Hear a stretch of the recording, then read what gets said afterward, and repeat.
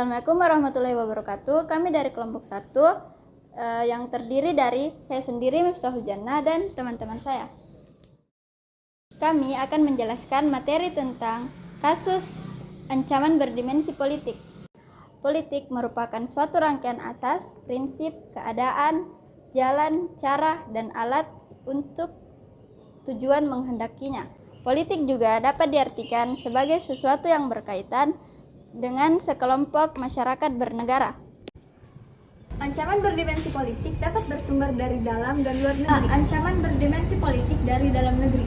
Ancaman berdimensi politik dari dalam negeri terbagi atas 3. Yang pertama ada separasitisme.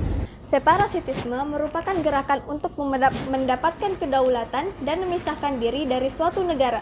Separasitisme pernah terjadi di Indonesia pada masa kepemimpinan B.J. Habibie. Salah satu wilayah Indonesia yang bernama Timor Timur atau sekarang yang lebih dikenal dengan Timor Leste memilih untuk memisahkan diri dari negara Indonesia. Faktor yang menyebabkan Timor Timur atau Timor Leste ini memisahkan diri dari Indonesia adalah karena adanya faktor kemiskinan dan faktor kesusahan.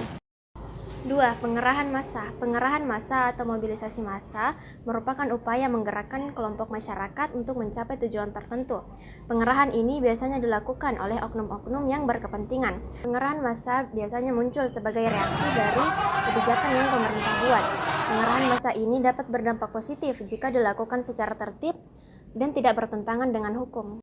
Aksi ini dapat menjadi ancaman politik ketika disusupi oleh oknum-oknum yang mencari keuntungan dan biasanya bertentangan dengan tujuan aksi yang diselenggarakan.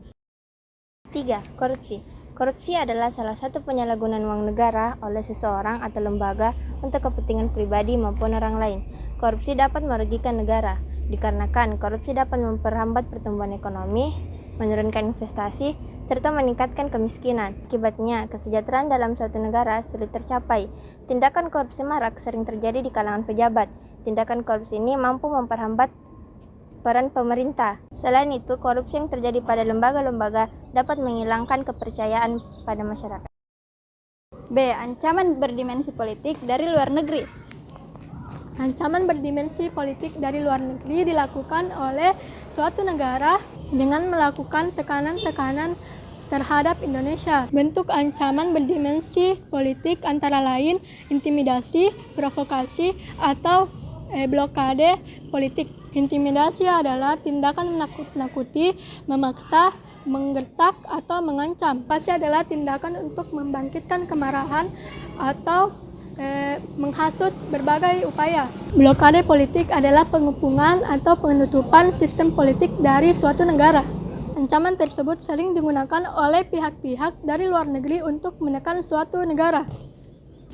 Indonesia pernah mengalami blokade politik dari negara yang pernah menjajahnya, yaitu Belanda. Dia melakukan blokade politik pada tahun 1945 sampai dengan 1947. Blokade politik dimaksud agar Indonesia tidak berbicara tentang konflik yang dihadapinya oleh negara lain.